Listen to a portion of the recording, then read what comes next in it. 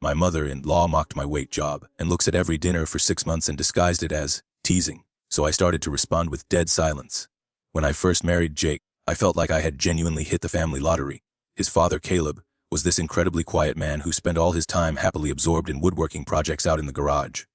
His sister, Amy, was hilarious, possessing a sharp, self-deprecating wit that made family gatherings feel instantly easy.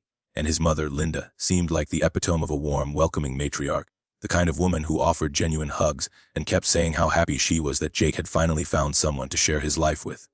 It truly felt like I had gained this whole bonus family, a solid, loving foundation I could rely on. The first few family dinners were genuinely great. We always met on Sunday evenings at their house, a cozy split-level home that smelled permanently of pine shavings and expensive candles. I always made sure to bring a spectacular dessert, something that showed I was making an effort.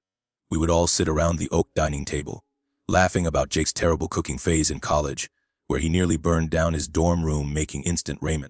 Linda would contribute by telling these slightly embarrassing stories about all her kids, but she always distributed the shame equally. Nobody was singled out, everyone felt included in the gentle mockery. Then, about 3 months after the wedding, something shifted. The atmosphere didn't change all at once, but rather subtly, like the temperature dropping a single degree at a time. It started small at Sunday dinner. I remember reaching for the serving dish of roasted potatoes when Linda looked down at my plate, then back up at me with this bright, performative smile. "Wow, Miles, someone's hungry today. Better slow down or Jake won't be able to afford feeding you," she announced, her voice pitched just high enough to carry across the table. The silence that followed wasn't comfortable. Everyone laughed uncomfortably, a nervous sound that died quickly, while I sat there, fork hovering, feeling a hot flush crawl up my neck. I was utterly confused because I knew I had taken the exact same amount of food as everyone else. Jake squeezed my hand under the table, a silent gesture of supposed support. But he didn't say anything to his mother, he just looked down at his own plate. It was a failure to protect me, and that was the first time I felt that sharp, isolated sting. The next week, the target shifted to my clothes. I had chosen to wear a crisp button-down shirt that I loved. Linda's eyes trailed over the fabric, and she said it was brave of me to wear something so tight when I was obviously retaining water. I wasn't retaining anything, that was just my body, the result of a few months of happy marriage, and maybe a little too much of my own good baking. Amy, seeing my face, quickly and expertly changed the subject, launching into a story about a ridiculous client at her office. But the damage was done. The memory of the comment felt like a physical bruise. From that point on, every single Sunday dinner became Linda's personal roast session, and I was the exclusive target. She would joke about my job at the bank, claiming it was so easy a trained monkey could manage the deposits. She would laugh about how Jake must truly love me to look past my cooking since she had raised him with actual taste. I got a haircut hoping for a refresh, and she commented that I was brave for choosing a style that made my face look a little rounder. The worst, most insidious part was the immediate follow-up. She would always, without fail, add, "Just kidding, honey. You know I love you." This phrase was her shield. It forced everyone else at the table to act like I was being overly sensitive if I showed even a flicker of being upset. If I frowned or visibly recoiled, I was the one creating the drama. Jake would try to console me later in the car, telling me, "That's just how mom shows affection. She uses teasing because it means she's comfortable with you." But I knew instinctively that wasn't true. She never teased anyone else like that. Amy's recent weight gain was off limits. His father's bald spot was never mentioned. Even Jake's recent struggles at work were handled with careful, kid-glove concern. But me, I was fair game, apparently. And in the silence of their denial, the truth of her cruelty was only amplified. For 6 months I tried different approaches, each one failing worse than the last, leading me into a spiraling sense of despair. Every Sunday, I went in armed with a new strategy, hoping to defuse the situation or somehow reclaim the peace that had been stolen from the dining room. I started with laughing along, forcing a bright, brittle sound from my throat whenever Linda made a cutting remark about my promotion being undeserved. I thought if I treated it as the joke she claimed it was, she would lose interest. Instead, my forced laughter just gave her license. Her jokes didn't stop, they just got meaner, sharper, and more frequent, like she was testing the elasticity of my good nature. Then I tried the direct approach, an attempt to use her own tactic against her. One evening, after she made a particularly nasty crack about the cost of my new prescription glasses, I tried to joke back. I made a light, sarcastic comment about her own overly large, dated spectacles. The reaction was immediate and devastating. Linda didn't laugh. She didn't even look annoyed. Instead, her eyes welled up with instant large tears, and her voice trembled as she said she couldn't believe I would be so cruel when she was just being playful. The air turned icy. Jake, mortified, was instantly on the defense, practically shoving me under the table with his gaze. He had to apologize to his mother for my supposed aggression. I sat there watching Linda accept his apology with quiet, hurt dignity, and realized I had not only failed but had somehow been painted as the villain. I learned quickly I was not allowed to fight back. After that disastrous attempt, I tried talking to Jake seriously, desperately. I spent an entire hour laying out the pattern for him, highlighting how she only targeted me. Never Amy's recent weight gain, never Caleb's increasing bald spot, never his own very real work struggles. Jakey, it's not affection. It's targeted. It's mean? I insisted one night as we were cleaning up after dinner. He sighed, running a hand through his hair. I hear you, Miles, I really do. But Mom has always been like this. Everyone teases, and if she didn't like you, she wouldn't bother. You should take it as a sign she's comfortable with you. Honestly, you might be taking it too seriously. His refusal to see it, to validate my experience, was almost as painful as his mother's cruelty. He saw the situation not as his wife being bullied, but as his wife being overly sensitive. He told me to toughen up, to just let it roll off my back. Every attempt I made to communicate my pain was met with a wall of denial, built solidly on the foundation of his lifelong conditioning. The continuous cycle ground me down. I started dreading Sunday, the feeling of anxiety starting on Thursday afternoon and building steadily until I was walking into their house with my shoulders tight and my stomach in knots. I felt exposed, unprotected, and utterly alone. The breaking point was my birthday dinner. This wasn't just Sunday dinner. This was supposed to be a celebration of me. We were all gathered around the table, the wine was flowing, and for a brief moment, the conversation was light. Then Linda made a whole performance of bringing out the birthday cake. The moment she set it down, the atmosphere in the room changed. It was a beautiful cake, professionally decorated. But as she stepped back, she announced, loudly and proudly, to the whole table, "I got the sugar-free kind!" I know, it's not as exciting, but Miles has been looking a little puffy lately, and frankly, birthdays aren't worth diabetes. She then followed it up with her trademark, high-pitched laugh, adding, "But look on the bright side, Miles. At least you're young enough that your metabolism might still kick in eventually." The joke wasn't funny. It wasn't even disguised well. It was a vicious, public shaming disguised as consideration. The sound of her voice hung in the air, acidic and cold. I watched Caleb, my quiet, kind father-in-law, physically wince, his face crumpling slightly in embarrassment. Amy pushed her chair back, muttering something about needing to find the bathroom, and left the room entirely unable to witness the cruelty. Jake, my husband, the man who was supposed to defend me, just stared down at his plate, seemingly mesmerized by the pattern of the porcelain. He said nothing. That single moment, sitting there while the sugar-free cake mockingly glowed under the dining room lights, crystallized everything. The candle flames on the sugar-free cake seemed to flicker, illuminating the sudden, devastating realization that she wasn't just cruel, she was proud of it. I was done with the tears, done with the arguments, done with the pleading, and done with the futile attempts to make them understand. I had reached a place of quiet, exhausted certainty. I was done playing Linda's game. That's when I decided I was done playing Linda's game. My apology was done, my reasoning exhausted. All that was left was the strategy of pure, unyielding absence. I realized I didn't need to win the argument about whether her comments were teasing or cruel. I simply needed to refuse to be the audience, the jester, or the punching bag. The next Sunday, the air in their house felt charged, at least to me. I walked in feeling a strange mix of dread and steel, like a soldier walking into a known ambush, but prepared to use a completely unexpected weapon. We sat down for dinner, and it wasn't long before Linda began her routine. She had heard about my recent promotion at the bank. She took a long sip of water, placed the glass down, and smiled sweetly across the table. "Well, Miles, at least they promoted my look since they couldn't promote my brain," she said, her voice dripping with mock sincerity, followed by her quick, nervous giggle that signaled a joke. I just stared at her. No smile, no laugh, no nervous tremor in my hand reaching for my water glass. No response at all, just dead eye contact, a blank, neutral expression that gave nothing away. The silence stretched, covering the distance between us like a heavy, lead blanket. It felt like 5 full seconds, but it was probably only 2. Then, deliberately, I turned my head away from Linda toward Amy. "Amy," I asked, my voice completely normal and calm, "how is the new apartment search going? Did you ever hear back about that place with the rooftop deck?" Linda looked confused. Her smile faltered, her face settling into a puzzled frown because her punchline had failed to land. Amy, sensing the shift, jumped in a little too quickly, starting a detailed description of the apartment's shoddy plumbing.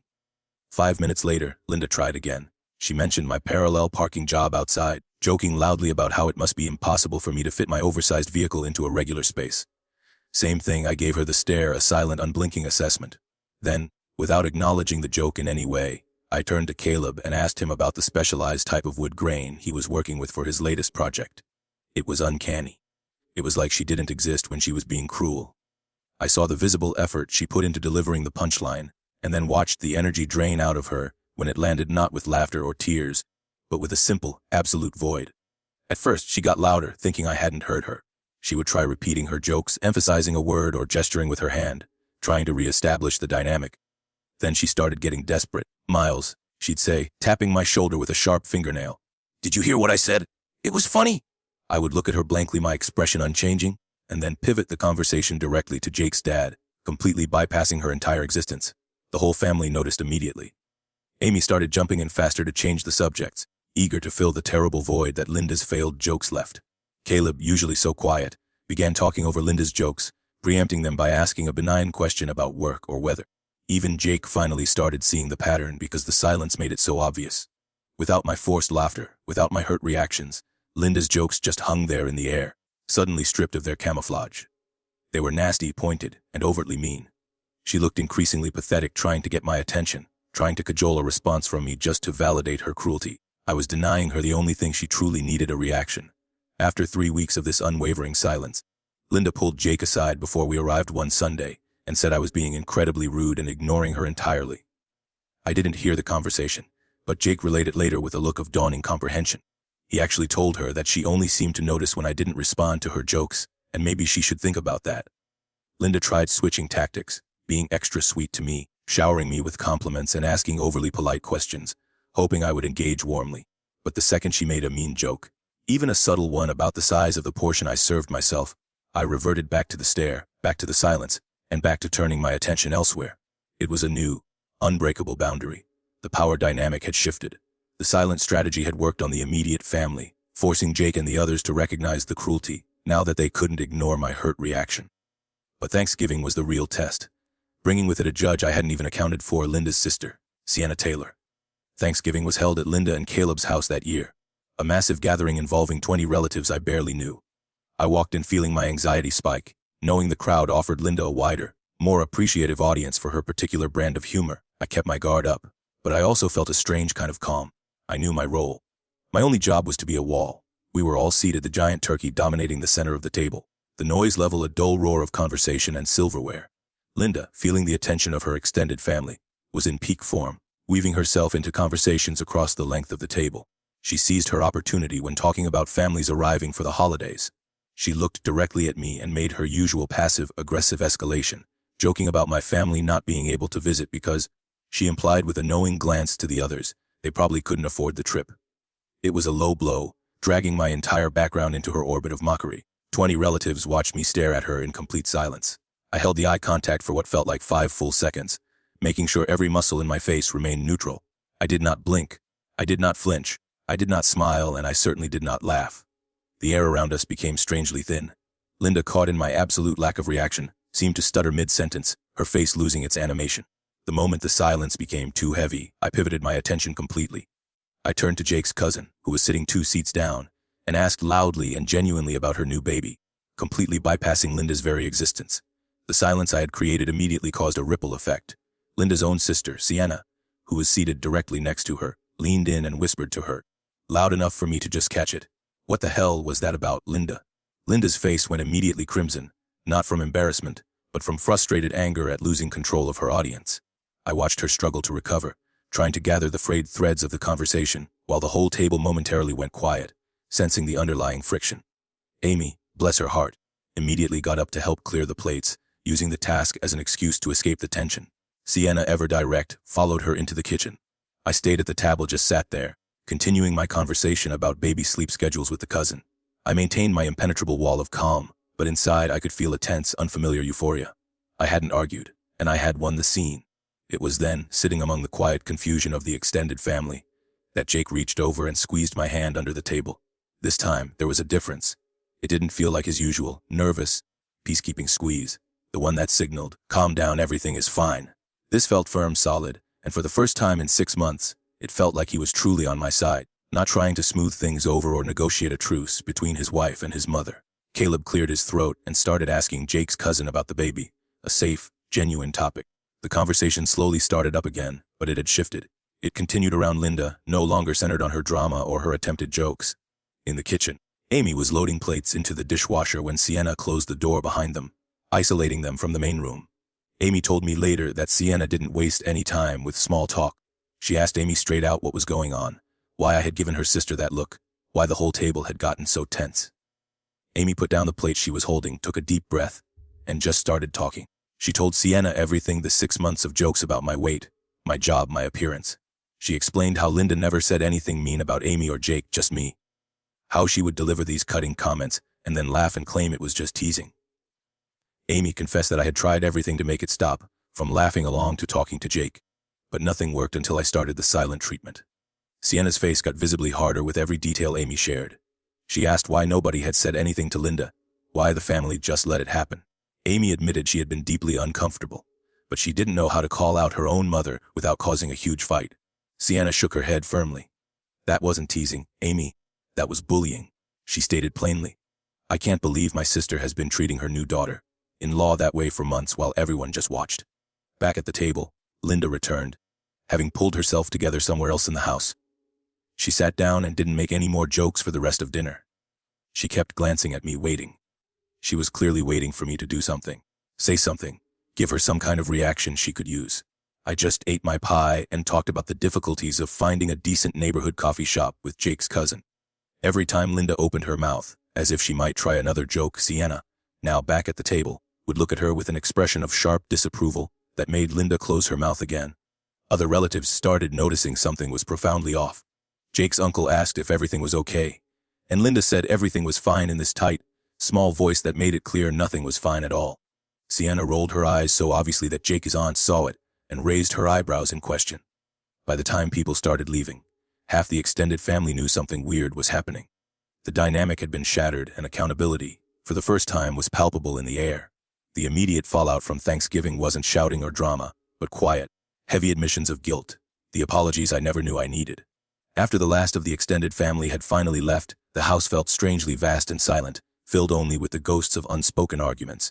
Linda had retreated, ostensibly to clean, but really just to regroup. Caleb, Jake's father, cleared his throat and asked me if I wanted to see his latest project in the garage. Jake started to come with us, but Caleb shook his head, a rare but firm gesture. He said he wanted to show me something specific, just the two of us. It was a clear, deliberate separation. I felt my stomach clench, preparing for another tense conversation, maybe even a request that I be nicer to his wife. We walked out to the garage, the air thick with the cool November night. Caleb flipped on the light over his workbench, illuminating a beautiful cabinet he was building. It was exquisite, all careful joints and smooth sanded wood. He ran his hand over the surface, didn't look at me, and didn't say anything for a long minute. The silence wasn't tense, it was heavy with regret. Then, his voice low and raspy, he spoke the words I never expected to hear. I'm sorry, Miles. I just stood there, staring at the perfect wood grain. He didn't rush to explain. He simply stood beside me and continued his confession. He said he had watched Linda make those jokes for 6 months, at every single Sunday dinner, and he had sat there like a coward and let it happen. I kept telling myself it wasn't my business, that Linda was just being Linda, that you seemed to be handling it fine. He admitted, his eyes fixed on the cabinet. But watching you give her the silent treatment at Thanksgiving, that stare, it made the jokes impossible to ignore.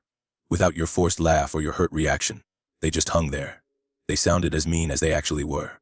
He finally turned to look at me, his eyes full of profound shame. I felt ashamed that it took you refusing to play along for me to finally see what my wife was doing to you. It took your silence to break my own. It wasn't a half apology or an excuse. It was a full admission of his own complicity, a painful acknowledgement of his failure as an ally. It was a deep emotional validation from the person who had been the most silent enabler. I simply told him I appreciated him saying that. He nodded, satisfied with my simple acceptance, and then he showed me how the cabinet doors were going to work. We stayed out there for a while, talking about wood grain and finishes, finally connected over something genuine, not his wife's behavior. Jake was quiet on the drive home, not uncomfortable quiet, the kind where he was trying to figure out what to say, but more like he was thinking hard about something he had been avoiding for too long. About halfway home, he started talking, the words tumbling out as he processed the shame and guilt of the past 6 months. He said watching his mother try to make those jokes, with me just staring at her, made him see how obvious the pattern was. It was like watching a stand-up comedian try to land a joke on an empty stage, he explained. The cruelty was naked without your participation. For months, he had been telling me that was just how his mother showed affection, that I should take it as a compliment, that she was comfortable enough to tease me. But once I stopped reacting, he could see it wasn't teasing at all. It was just mean. I've been making excuses, Miles, He confessed, his voice thick with emotion. Because if I admitted Mom was being cruel, that meant admitting I'd let my wife suffer for 6 months. I made you apologize to her that one time. I told you you were being too sensitive. He was raw, admitting his failure to prioritize me over his comfort. He said he was truly sorry he hadn't believed me sooner. I didn't say much, just listened to him work through it out loud, needing only to hear the words. Then, he made a promise that felt weightier than any apology. He said from now on, he wasn't going to let his mom make those jokes anymore. He was done pretending it was just her way of showing love. The apologies were necessary, but the next Sunday dinner was the proof. I needed to see action, not just hear words. The silent strategy had forced their hearts to break, and now I had to wait to see if they would help me rebuild the walls around my safety. It was a shift from hoping for peace to demanding respect. The apologies were necessary, but the next Sunday dinner was the proof. I needed to see action, not just hear words. The silent strategy had forced their hearts to break, and now Linda was about to find out her son and husband had traded in their excuses for boundaries. The next Sunday dinner happened only 4 days after Thanksgiving. Linda was different from the minute we walked in the door. She was quiet, almost subdued, the usual aggressive cheerfulness replaced by a kind of stiff formality. She hugged Jake and Amy normally, but when I approached, she simply nodded at me, a quick, minimal gesture that lacked any warmth. Dinner conversation was weird. It was peppered with long, awkward pauses because Linda kept starting to say something, and then stopping herself, catching a thought just before it crossed the line. It was clear Sienna had made an impact during the week, likely delivering a swift, non-negotiable appraisal of her sister's behavior. Finally, she couldn't help herself. Halfway through the main course, she made a half-hearted, weak joke about how I had parked too close to the mailbox that afternoon. It was a flimsy attempt to regain her territory. I gave her the stare. I held it for 3 full seconds, allowing the silence to stretch and wrap around the table, putting the entire family on high alert. Then, I turned to Caleb and asked him about the progress on the cabinet, deliberately pulling the conversation back to a safe, neutral topic. Linda's face went immediately red, but she didn't try again. For the rest of dinner, she stuck strictly to safe topics like the weather and what everyone wanted for Christmas. The shift was dramatic. 2 weeks went by with Sunday dinners that felt almost normal. Linda would ask me polite questions about my work, and I'd give polite answers. She'd comment on the food or the weather, and I'd agree. She never made a single joke about my appearance, my job, or anything personal. It was like she had been replaced by this highly careful version of herself, a person who was terrified of saying the wrong thing and losing her audience. I didn't engage warmly with her, but I wasn't cold either. I maintained a polite, alert distance, watching for any sign that she was testing whether she could go back to the old, cruel pattern. Jake noticed too. He told me his mom had asked him, with a hint of genuine worry, if I was still mad at her. He told her I probably just needed time to trust that she wasn't going to start making mean jokes again. It was a perfectly measured response, avoiding defense of me while accurately describing the consequences of her actions. The 3rd Sunday in December came around, and I could tell Linda was getting tired of walking on eggshells. The careful act was exhausting her.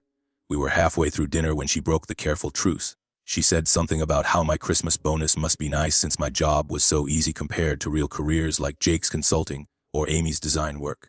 It wasn't the worst thing she had ever said, but it was a clear slip back into the old, condescending pattern. I stopped with my fork halfway to my mouth and looked at her. 5 seconds of complete silence, while everyone else at the table froze, eyes darting between us. Then I turned to Amy and asked how her apartment search was going, dismissing Linda entirely. Before Amy could answer, Jake jumped in. His voice was casual, almost conversational, but absolutely firm, a boundary set in concrete. You know, my job in consulting isn't exactly curing cancer either, Mom, so maybe we could all stop acting like some jobs are more important than others. Linda's whole face turned red. Not embarrassed red this time, but angry red. It was the color of rage that comes when a lifelong pattern of control is suddenly, unequivocally interrupted by a person who was never supposed to challenge you. She opened her mouth like she was going to argue, to launch into a defense or an attack, but Amy immediately launched into a long, detailed story about the awful apartments she had been looking at, effectively talking over her mother. Caleb asked Jake about his recent project at work, creating a wall of normal conversation around Linda's failed attack. I went back to eating while Linda sat there, stunned. She was realizing that her son had just shut her down in front of everyone.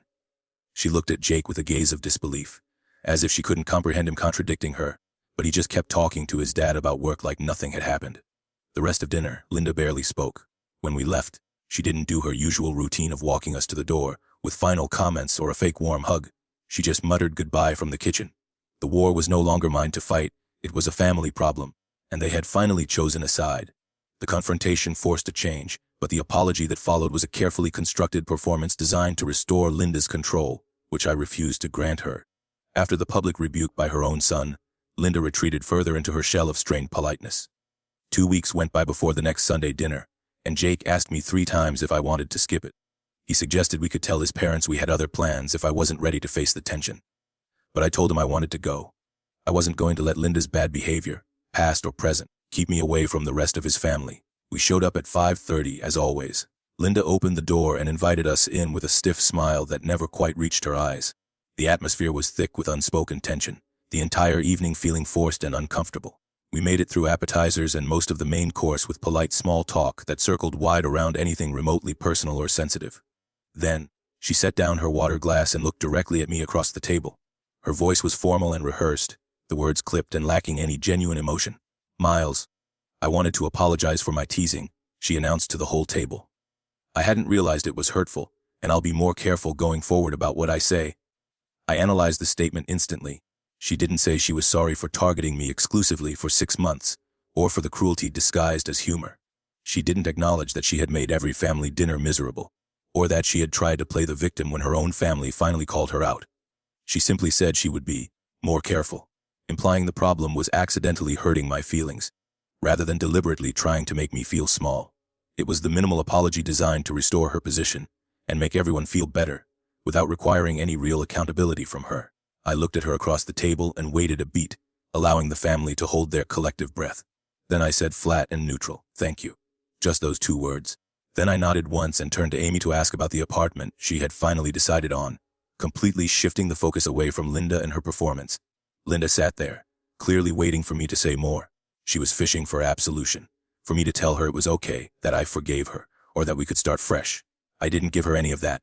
I kept my face calm and my voice polite, but I didn't offer the reassurance she was craving. If she wanted to rebuild trust, she was going to have to earn it through consistent, changed behavior over time, not through one awkward, half-hearted apology that barely acknowledged the damage she had actually done. The next few weeks fell into a new, cautious rhythm. We still went to Sunday dinners, but the whole dynamic had shifted. Linda was noticeably careful about what she said to me. She'd ask about my week at work without adding any commentary about how easy my job must be. She'd comment on my outfit without adding anything about my body. A few times, she slipped back into old patterns, starting to make a borderline comment about my cooking or my appearance. But the second I gave her that silent stare, that practiced unwavering look of non-engagement, she would catch herself and change direction mid-sentence. She would turn the almost joke into a forced compliment or simply trail off and start talking about something else entirely. Amy and Jake both noticed. Amy told me later that watching her mom scramble to course, correct every single time I gave her the look, was actually kind of satisfying. It was proof that the boundary was real and enforceable. Jake said his dad had mentioned that Linda complained to him about walking on eggshells around me now. Caleb had apparently told her, calmly and without anger, that she had created this situation by spending 6 months making cruel jokes, and that now she had to live with the consequences of damaged trust. Jake said hearing his dad say that out loud felt incredibly good, like someone was finally naming the reality everyone had been dancing around for so long. The silence had not only protected me, but it had finally established the truth for the whole family. The threat of attack had finally faded, giving way to an unexpected sense of peace. The Sunday dinners had stopped being something to endure, becoming something I could finally be okay with. The call from Amy came on a Tuesday evening while I was making dinner, about a month after Linda's forced apology. My phone lit up with her name, and I almost didn't answer because I was in the middle of chopping vegetables, but something made me wipe my hands and pick up. She started talking before I could even say hello, her words coming out fast like she had been rehearsing them. She said she had been thinking about all those Sunday dinners, about sitting there watching her mother make mean jokes while she just laughed uncomfortably or changed the subject. Her voice got thick with emotion as she apologized for never calling it out, for treating it like it was normal family teasing when it clearly wasn't. She said watching me shut down and refuse to engage had taught her something important about boundaries. She said sometimes the most powerful thing you can do is just refuse to participate in your own mistreatment, and she wished she had learned that lesson sooner so she could have stood up for me. I stood there in my kitchen with the phone pressed to my ear, the forgotten vegetables sitting on the cutting board, and felt something tight in my chest finally loosen. It was the first time an apology had felt completely genuine and focused on her failure to act, not just on my hurt feelings. I told her I appreciated the call, that it meant a lot to hear her say those things out loud. We talked for 20 more minutes about normal sister, in-law stuff about her apartment search and my upcoming project at work. When we hung up, I felt lighter than I had in months. The feeling of safety was slowly becoming a habit instead of a luxury. By the time March rolled around, family dinners felt almost normal. Linda stuck to safe topics and genuine compliments directed at Jake and Amy. She joked with them the way she always had, with warmth and affection that made everyone laugh comfortably. She didn't joke with me that way, and I was completely fine with that. I would rather have honest distance than fake warmth covering up cruelty. Easter dinner came around in April with extended family showing up again. I walked into Linda's house, bracing myself for potential awkwardness, but Linda maintained appropriate behavior the whole afternoon. She complimented the dessert I brought without any hidden digs. She asked about my recent promotion with what seemed like genuine, if somewhat stiff, interest. Sienna watched everything carefully from across the room. I caught her eye a few times, and she gave me a small nod of approval. After dinner, Sienna came over to where I was standing by the kitchen window. She told me she was proud of me for not letting Linda's cruelty continue. She admitted she had talked to Linda several times since Thanksgiving, and Linda had consistently insisted everyone was overreacting. Sienna said watching Linda have to actually change her behavior, because I refused to accept the mistreatment, had been eye-opening. Sometimes the only way to deal with someone who uses humor as a weapon is to refuse to react the way they want. Sienna said, her gaze steady. Bullies need an audience and a victim who plays along. By taking away both of those things, you forced Linda to either stop or look pathetic. When I left that night, I realized I had actually enjoyed the dinner. Not because Linda and I were suddenly best friends, but because I had spent the entire evening feeling safe instead of braced for attack. By late April, I started noticing something weird happening at Sunday dinners. I wasn't showing up with my shoulders already tight and my stomach in knots anymore. I would walk into Linda's house and actually feel okay about being there. The constant bracing for impact had disappeared because there was nothing to brace for anymore. Linda stuck to safe topics and kept her distance, and honestly, that felt better than all those months of fake warmth covering up mean jokes. The first Sunday in May, Caleb decided to have a barbecue in his backyard. The weather was finally warm enough that we could eat outside on the patio. Linda brought out potato salad and coleslaw. Amy showed up late carrying a pan of what she called her famous baked beans. Linda looked at the beans and said something about how Amy must have used the family recipe, but added her own special touch of burning them just a little. Everyone laughed, including Amy, who shoved her mom's shoulder playfully and said, "At least I tried," unlike some people who just bought potato salad from the store. Linda gasped in fake offense and admitted she absolutely had bought it from the deli section. The whole exchange felt light and easy and genuinely funny. Nobody's feelings got hurt. Nobody looked uncomfortable. Amy wasn't the target of cruelty disguised as jokes. This was just normal family teasing, the kind where everyone was in on it, and nobody walked away feeling smaller. Linda never joked with me like that, and I realized, sitting there watching them, that I was completely fine with it. I didn't need Linda to tease me warmly or include me in her playful banter with her kids. I needed her to leave me alone, and she was doing exactly that. Peace felt better than forced closeness ever could. Later that night, after Jake and I got home, I sat on our couch thinking about the past year. All those months of trying to convince Jake his mom was being cruel. All those dinners where I'd laughed along hoping it would stop. All those conversations where I'd tried to explain why her jokes hurt. None of it had worked, but the silent treatment had forced everyone to actually see what was happening without me having to say a single word. Linda's cruelty had become impossible to ignore once I stopped reacting to it. Her jokes just hung there in the air, looking mean and petty when nobody laughed or made excuses for them. I had spent so much energy trying to prove I was mistreated, trying to win arguments about Linda's intentions, trying to make people understand. Turns out I didn't need to do any of that. I just needed to stop participating in my own mistreatment. Sometimes the most powerful thing you can do is simply refuse to play along.